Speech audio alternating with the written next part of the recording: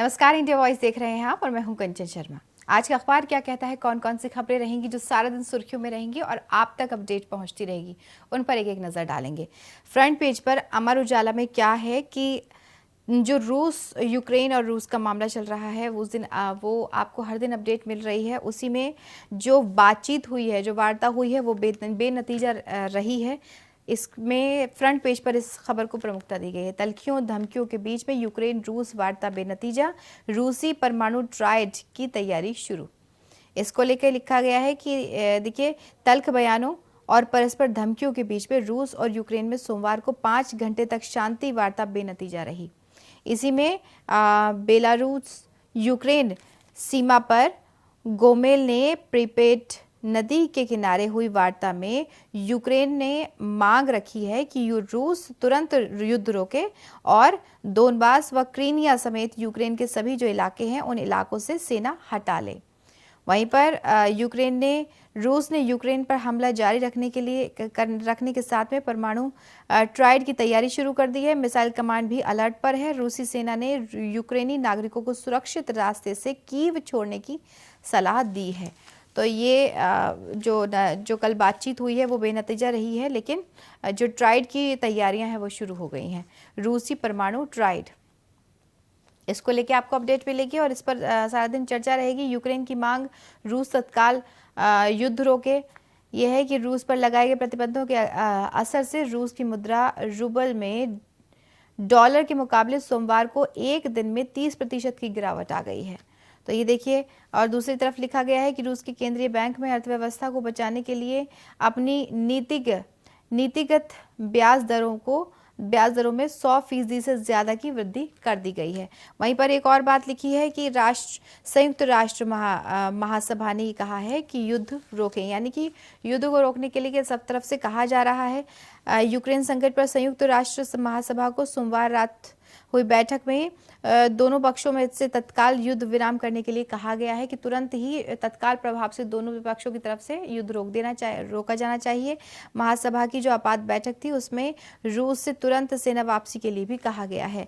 हालांकि ये जो बैठक रही है वो बेनतीजा रही है। तो इसी को लेकर के आपको अपडेट मिलती रहेगी। अंतर्राष्ट्रीय सेना जेलेंस्की बनाएंगे अंतर्राष्ट्रीय सेना। इसमें लिखा है कि यूक्रेनी राष्ट्रपति जेलेंस्की ने रूस के खिलाफ अंतर्राष्ट्रीय सेना बनाने की घोषणा की है। उन्होंने कहा है कि मैं पूरी दुनिया से लोगों से इस सेना में शामिल होने की अपील करता हूं, पूरी दुनिया से। तो क्योंकि जिस तरह की हालात हैं उसमें लोगों का बचना, लोगों का सांस लेना मुश्किल है। वहाँ पर लोग किस तरह की स्थिति है वो हर दिन की तस्वीरें आप देख रहे हैं। तो ये बहुत गंभीर स्थिति है। हालांकि युद्ध दोनों तरफ से रोकने के लिए कहा गया है, लेकिन अभी आगे क्या होता है, क्या निर्णय निकलता है, वो उसको लेकर के अपडेट हम आप तक पहुंचाते रहेंगे। वहीं पर आज से अमूल का जो दूध है उस पर 2 रुपये प्रति लीटर वो महंगा हो गया है। देश भर में अमूल का दूध मंगलवार से 2 रुपये प्रति लीटर महंगा हो गया है। Gujarat cooperative milk marketing federation ने इसकी वजह लागत में बढ़ोतरी बताई है। जुलाई 2021 में भी दूध की कीमतों में 2 रुपये जो प्रति लीटर थी वो बढ़ी थी, कीमत बढ़ गई थी। यही वृद्धि अमूल दूध के सभी उत्पादों पर लागू होगी। वहीं पर जनरल कोच में अनारक्षित रेल टिकट पर अब यात्रा की जा सकती है। ये राहत की खबर है कि होली से पहले रेलवे ने यात्रियों को राहत देते हुए कोविड पूर्व की स्थिति बहाल करने के निर्देश जारी कर दिए हैं। वहीं पर नियमित ट्रेनों में अब अनारक्षित कोच भी होंगे। यात्री इसमें बिना टिकट बुकिंग के सफर कर सकते हैं। लंबी दूरी की ट्रेनें अनारक्षित कोच जोड़कर ही चलाई जाएंगी। इससे सफर सस्ता होगा और वो सीट बुकिंग का जो अतिरिक्त चार्ज है वो भी वसूला नहीं जाएगा। लिहाजा अब द्वितीय श्रेणी और दिव्यांग अनुकूल जो दिव्य श्रेणी है उस पर दिव्य श्रेणी वाले जो वर्तमान कोच अनारक्षित श्रेणी में संचालित किए जाएंगे। वहीं देखिए, एक और बड़ी खबर इसमें है कि नियमित अंतर्राष्ट्रीय यात्री उड़ानों पर जारी रहेगी रोक। देश में नियमित अंतर्राष्ट्रीय यात्री उड़ानों पर अगले आदेश तक अभी रोक जारी रहेगी, यूं ही रोक लगी रहेगी। नागरिक उड्डयन महानिदेशालय ने सोमवार को ये जानकारी दी है। इस साल 19 जनवरी को रोक को 28 फरवरी तक बढ़ाया गया था। अब इसकी समय सीमा सोमवार को खत्म हो गई है। वहीं एक और अपडेट है कि आज थम जाएगा छठे चरण का चुनावी प्रचार। छठे चरण में जो चुनावी प्रचार हो रहा है छठे चरण के लिए, वो आज थम जाएगा। प्रदेश विधानसभा में छठे चरण का चुनावी प्रचार आज थम जाएगा। इस चरण में 3 मार्च को 10 जिलों की 57 सीटों पर वोटिंग होनी है, मतदान होगा। और जिन जिलों में चुनाव होने हैं उनमें सीएम योगी ने गृह क्षेत्र गोरखपुर, बलिया, बलरामपुर और देवरिया, कुशीनगर, सिद्धार्थनगर, संत कबीर नगर, महाराजगंज, बस्ती और अंबेडकर नगर शामिल हैं। और इन्हीं जगहों पे सीएम योगी आदित्यनाथ ने भी, अखिलेश यादव ने भी और खुद प्रियंका गांधी भी वहां पर पहुंच करके प्रचार कर चुकी हैं। तो ये बड़ी और अहम खबर है।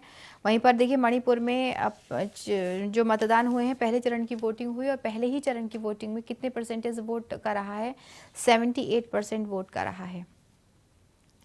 छिटपुर हिंसा की घटना के बीच में 78 से ज़्यादा जो मतदान है वो हुए हैं। पहले चरण की वोटिंग थी। 38 सीटों पर वोट डाले गए, जिसमें निर्धारित समय से 1 घंटा ज़्यादा शाम 5 बजे तक चला। सबसे ज़्यादा जो मतदान है वो कांगपोकपी जिले में 82% से ज़्यादा हुआ है। पहले चरण में मुख्यमंत्री, विधानसभा के स्पीकर वाई खीमचंद उप मुख्यमंत्री और मणिपुर कांग्रेस अध्यक्ष एन लोकेश सिंह की किस्मत का फैसला होने जा रहा है।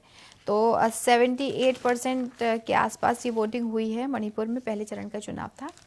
तो अभी और जो अपडेट रहेगी वो आप तक पहुंचती रहेगी। वहीं पर देखिए जो छात्रों को यूक्रेन से वापस लाया गया है, उनके जो परिजन बहुत चिंतित थे, उनको वापस लाया गया है। तो कुछ के चेहरे अभी मायूस हैं, कुछ के चेहरे पर खुशी है, क्योंकि जो बच्चे वापस आ चुके हैं वो पूरे उल्लास के साथ अपने परिवार के साथ मिल रहे हैं अपने देश में, क्योंकि वतन वापसी हो चुकी है। लेकिन जो बच्चे अभी वहीं पर हैं, अभी वापस नहीं आए हैं, वो अभी चिंता का विषय बना हुआ है।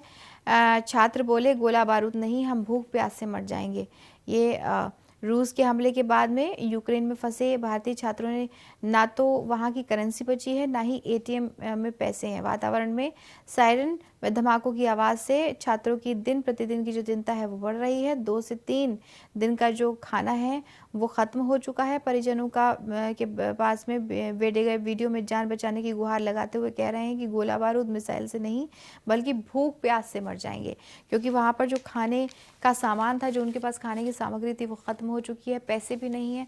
हालांकि सरकार इसके लिए कदम उठा रही है और बहुत सारे बच्चे वापस आ भी चुके हैं। तो ये जो स्थिति है अभी गंभीर बनी हुई है। अभी वापसी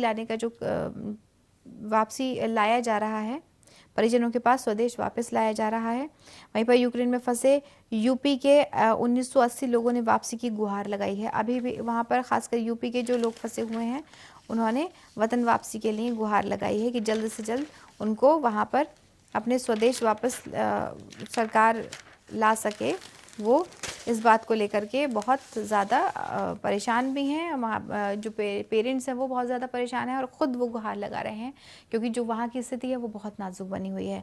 परमाणु खतरे के साए में रूस यूक्रेन की बात, कई मुद्दे पर बनी सहमति। ये दैनिक जागरण लिखता है कि कई मुद्दों पर सहमति बनी है। जल्द दूसरे दौर की वार्ता होगी। समझौते के बिंदुओं की सार्वजनिक नहीं किया। समझौते किन किन बिंदुओं पर हुए हैं उनको अभी सार्वजनिक नहीं किया गया है, नहीं सबको बताया गया है। जेलेंस्की ने ईयू में यूक्रेन को शामिल किए जाने के लिए आवेदन किया है। तो देखिए अब दूसरी दौर की बातचीत में क्या रहता है वो देखने वाली बात होगी, उसको लेकर अपडेट मिलती रहेगी। ऑपरेशन गंगा में पीएम ने 4 मंत्री भेजे हैं।